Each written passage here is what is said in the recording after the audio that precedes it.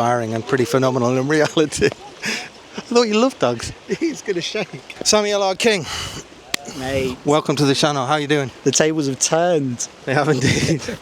So listen, you've been creating content around your financial journey for how long now have you been doing that? 5 and a bit years now, man, yeah. 5 and a bit years. And how long have you been investing? So it's coming up, it's probably about a decade now if I actually look back. So I was about to 25, so yeah, about 9.5 years. Yeah. 9.5 years. So you're 25 when you started. And what was it that gave you the impetus, gave you the spark to start? What was it you were trying to achieve and what gave you that inspiration?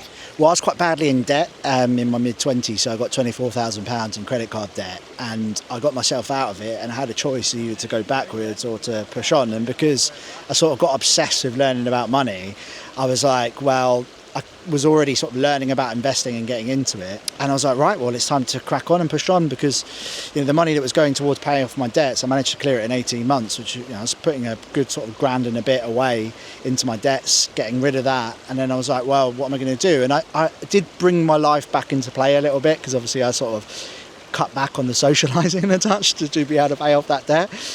So I put my life back into play a little bit, and I did upgrade the house a touch, because I was living in like a 7-bedroom shared house in London. Wow. And, like really cut back. It's like £400 a month at the time back then. So I upgraded my life a little bit because I felt like I needed to, and then I started putting good sizable amounts. But I actually started with like £50 a month because I was scared, and I think that's one of the like big things for everybody. I always say this now, is that a lot of people come to me and they say, I can whack away £500 a month, and I'm like, don't do that. Start with £50. Do that for 3-4 months. Like, get that initial fear out of the way. Make your first investments with something that, if you lost £50 today, would it be the end of the world for you? If you can afford £500, it's very different to someone that could afford £50. And I say, if that's the case, put a tenner away. So just cutting it down, getting yourself in the rhythm. And that's kind of what I did without really realising. It allowed me to play around a little bit and find my feet as an investor, like who I wanted to be, my risk profile, all those types of things, and it really helped. Fair play. I got a bit of grief for saying something very similar the other day, actually, because I said, someone asked me on a short form, what's your one tip for new investors? I said, don't just start, actually wait until you're ready. Now, a common parlance always is start as early as you can, get as much money in the market. But if you don't know what you're doing, if you don't have the psychological mindset, and you start putting money into the market and you start losing, and then you sell, and then you think it's a scam, and then you never get back into it, that's got to detrimentally affect you more than if you get yourself to a position where you're ready, where you understand a little bit, and you know that markets fluctuate, and you understand about fees and bits and bobs. So I agree. I think that's the approach that most people should take. The other thing I was going to say there is I had debt at one point as well, and interesting, what I found was that I was almost more inspired paying off the debt, seeing that number go down, chucking money into that debt, than when I started investing, seeing me grow my wealth. Did you find that? Yeah, completely. It's a weird mindset shift, because you're kind of like, you can see it counting down, so you know that there's a physical endpoint, whereas with investing it's kind of endless. And that's what I've actually come to realise recently. Like I've been speaking about this quite a lot on my channel recently. I haven't invested a penny since I moved into my new house, and that's because fortunately I managed to get myself into a position to be able to make that decision. But back then that would have not paying any money towards my debt would have made me feel like 20 times worse. Whereas not investing doesn't really have the same sort of level of payoff or the same pain point for you, because you kind of need to get rid of that, because you're paying out money in interest, money's going up the wall to different things, different providers that you don't really want to be paying money for if you didn't want to avoid it. Whereas investing, you just got to get on that journey, and it kind of just is going to never end till the moment you die. And so I think it's a completely different mindset shift. It really is. For very different reasons, since the beginning of the financial year, I put £10,000 in to my stocks and shares ISA. I've not invested a penny yet. It's still sat in cash. We're in August. Really? Wow. Yeah. And because, like you say, when you're doing the debt, you're just desperate to get it to zero. You put it perfectly there. There is no end goal almost with investing, and I don't know why I haven't done it, because I wanted to tinker with my portfolio a little bit, and the reality is I've missed out on pretty big. I think it's probably gone up 10-15% since then, so I could have made 1,500 quid on that 10 grand, and I haven't done it. moving on then, so you started 10 years ago, you started investing after you got out of debt because you built those habits and you started to be a little bit more frugal. So what then, when you started, did you have an end goal, or did you just want to get started, or what did you want to achieve from it, and what has happened in the last 10 years? Has that changed now to how you are thinking about why you're doing it? Massively changed. I think at that time I was just obsessive, like growth from anywhere I could get it, income coming in, getting that money moving into assets and growth, and that's all I cared about back then. I really didn't know what I wanted. I really didn't even know who I was, and so I think that's pretty key. Like back then I was just messing around as a 20-something-year-old and just trying to have a little bit of fun, but also kind of got myself into this position where I was like, okay, I've got some good cash coming in from my job, some brilliant cash coming in from my side hustles. Like, what can I do with it? And the answer was to invest it and grow it even more. What I've since come to realise that I think actually a brilliant thing for beginners to do when they start investing is just take a step back and actually create a wish list. And that wish list can change. So I actually did a video the other day and I did my £1.8 million wish list, and some people might roll their eyes at that, but for me, it's like I want a farm in Kent to be able to mess around with, and dogs and tractors, and that's my goal. And I've costed it out, but that goal is achievable for me if I carry on at my same rate and get average returns. I will get there, probably by the time I'm 50. So that's why I'm like, okay, this is achievable for me in a time frame. I won't be that old yet to still be able to enjoy it. If I want to do it sooner, I've got to get more in there, so it gives me that drive again. But I think people do this exercise and actually realise that often, because when I first started, it was like I want to have like 15 million quid in the bank, and for what? Like, what is the actual reason for this? Is like, you have to ask yourself that. And so even doing that exercise, often people realise that the number they really need is a lot smaller than the one that they've got in their head. And so it can be a really useful exercise. And I think it's also great to have it zeroed back in, because as we know with investing, like, it's not all sunshine and rainbows. Some years, I've had multiple years where my portfolio's dropped by sizable amounts. And when you've got that kind of North Star, it can be much easier to go, okay, no, I'm doing this long term. I know this is part of the game.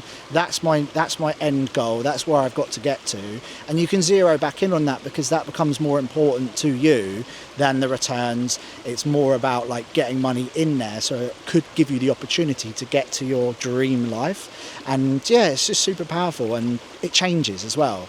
Do it every year, because mine's changed since I watched Clarkson's Farm, basically, and then got obsessed with it.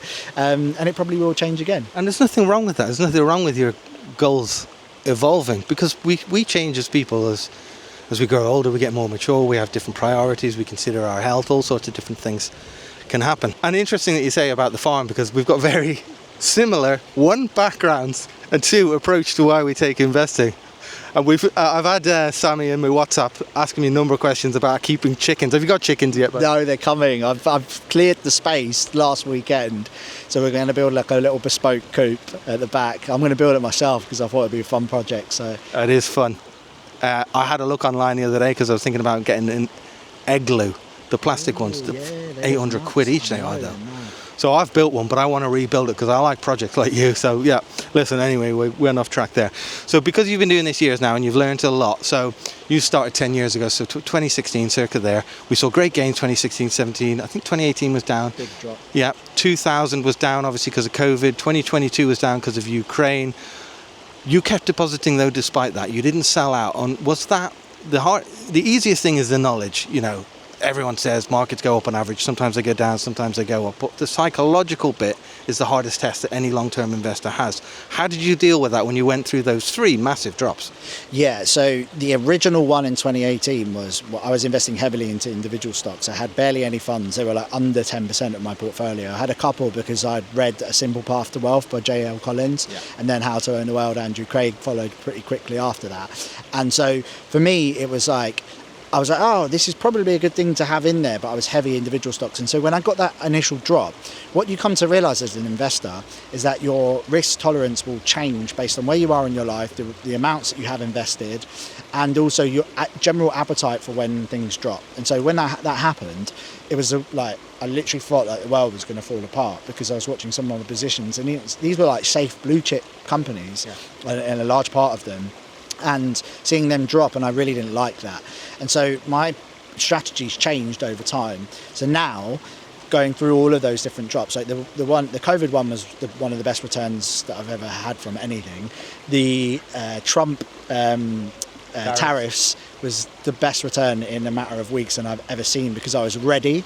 But I have an 80-20 approach, so 80% index funds, largely driven by the all-world global ETF. And then I have 3% in crypto, 3 to 5% depending on the time in cash, and the rest in individual holdings. But the individual holdings, very key, and I think this is massively important for anyone that starts investing, is that if your mate Dave down the pub tells you about some biotechnology company that's going to cure cancer, do you understand biotechnology? Do you work in it? Does it interest you? Do you look at the biotechnology news? If the answer is no, well then what are you doing placing your money in that? Because you're essentially just gambling at that point. So if you're a car mechanic, for example, do you know more about car manufacturers, EVs, the metal that goes into it? You can lean into your expertise. What are you obsessed over? What do you get up in the morning and read all the news about? For me, it is very much financial tech and e-commerce businesses. I love the mechanics of them. I have my own fintech brand. Give that a plug now, actually. Oh, it's Gains app. It's a money management and cashback app. How does that work? Yeah, so you connect your banks through open banking, and it will give you a financial picture across all your credit cards, all your bank accounts, all your savings accounts in one place. And then you can basically manage your money from a day-to-day basis. You can't move your money around. It's much more of a tool to be able to budget, to see what's going on with your spending, to be able to track these things, to get yourself alerts. We have cash back in there, so you can save on 161 retailers from Tesco's, JD Sports, B&Q, all of that jazz, from 3 to about 15-20% on some retailers. So this is hundreds of pounds a month, potentially a month, or definitely a year going back into your pocket. And then we have just launched bill switching, which is where we can track your bills that are going through these accounts, tell you whether you're overpaying, be able to find you better deals. Yeah, it's just basically, I was tired of basically having 3 or 4 different banking apps, printing out my statements, trying to do a spreadsheet on Excel, probably getting some of the calculations wrong. It was taking me an hour.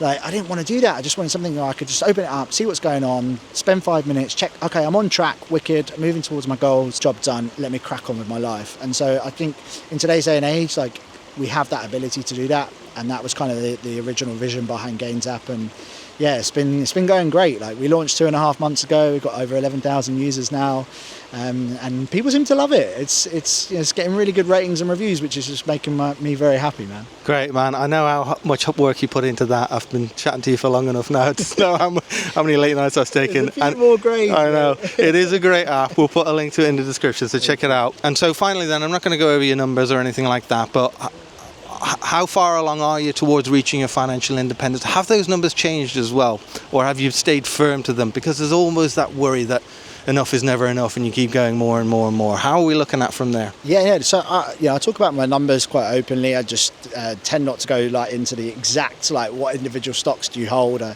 talk about this a lot. So I've got 250k in and thereabouts if you count sort of savings and emergency funds within that. About 240 odd K in investments, and a lot of that is now in my pension because I run a business. I can put a lot more on my pension. It lowers my tax for my business, so that does help. But I'm heavy on my stocks and shares ISAs because I want that flexibility. Now, the reason I talk about this a lot is I say that there's slow pounds and fast pounds. So fast pounds are your pension, is your stocks and shares ISA. That's flexible. You can invest that. You can go and get it when you need it, and it's moving in the market. Your pension's locked away. It's slow pounds. So get that in, long term, thinking long term in towards those investments, and that can really, really help sort of establish a fast and slow strategy, giving you flexible pounds now and slow pounds for your future from your pension. Perfectly put. And listen, 35 years old, you've managed to achieve that level of wealth is inspiring and pretty phenomenal in reality. I thought you loved dogs. He's going to shake. Oh, right. I've got a white top on. I was not going to have that. Bit of an interlude there. It's not necessarily normal at 35 to be in that sort of position. And I think one of the problems that we have as all in this sort of space and creators, we spend a lot of time together and we're all relatively successful people, and a lot of people won't be there, and it can be somewhat intimidating. What would you say to someone that is just starting out and is seeing all of these creators with these massive portfolios? They're all in these positions. Some of them might be living at home. That is not normal. And And we want to be inspiring to people to start. So what would you say to these people? Yeah. I have my own gripes with this type of content, just because what I find is that, and I get it, and if it's inspiring to you, fantastic, and like keep letting it inspire you, because that's brilliant, and I think that's what it's designed to do. But for having spoken to a lot of people out there, seeing these 23-year-old creators with a £100,000 investment portfolio, or I saved 150k before I'm 21, it's just in the 0.00001% of people. It's an anomaly, a total outlier. You're seeing it because it's obviously hot for Instagram to push that type of content, but never take that as like the position that you're in. The position that you're in today is the position that you're in today. Past you is done. You can only sort out what's going ahead and from the future. So if you want to get to that point, make that your goal and pursue it. But it doesn't have to be your identity, and you shouldn't look at that and think that that's where I need to be. It's not the case. I hats off to these people that have done that. I think fair play to them if they're putting that type of effort in. But generally, what that's probably mean is that they've had either some type of leg up to be able to get to that position, i.e., being able to live at home a little bit longer, or having some sort of education to be able to put them in that position. Or they've sacrificed massively, and so they haven't maybe lived a lot in their 20s. And so, I personally think I'd much rather go out and enjoy and see the world as much as I possibly can in my 20s, and then use my 30s for growth, and that's exactly what I've done. Yeah, everyone's journey is different. Thanks, Sammie. So listen, where can everyone find you? Yeah, I'm Up the Gains Money, or gainsapp.com, and come download the app. I really appreciate it. All right, take care, man. Thanks a lot, bud.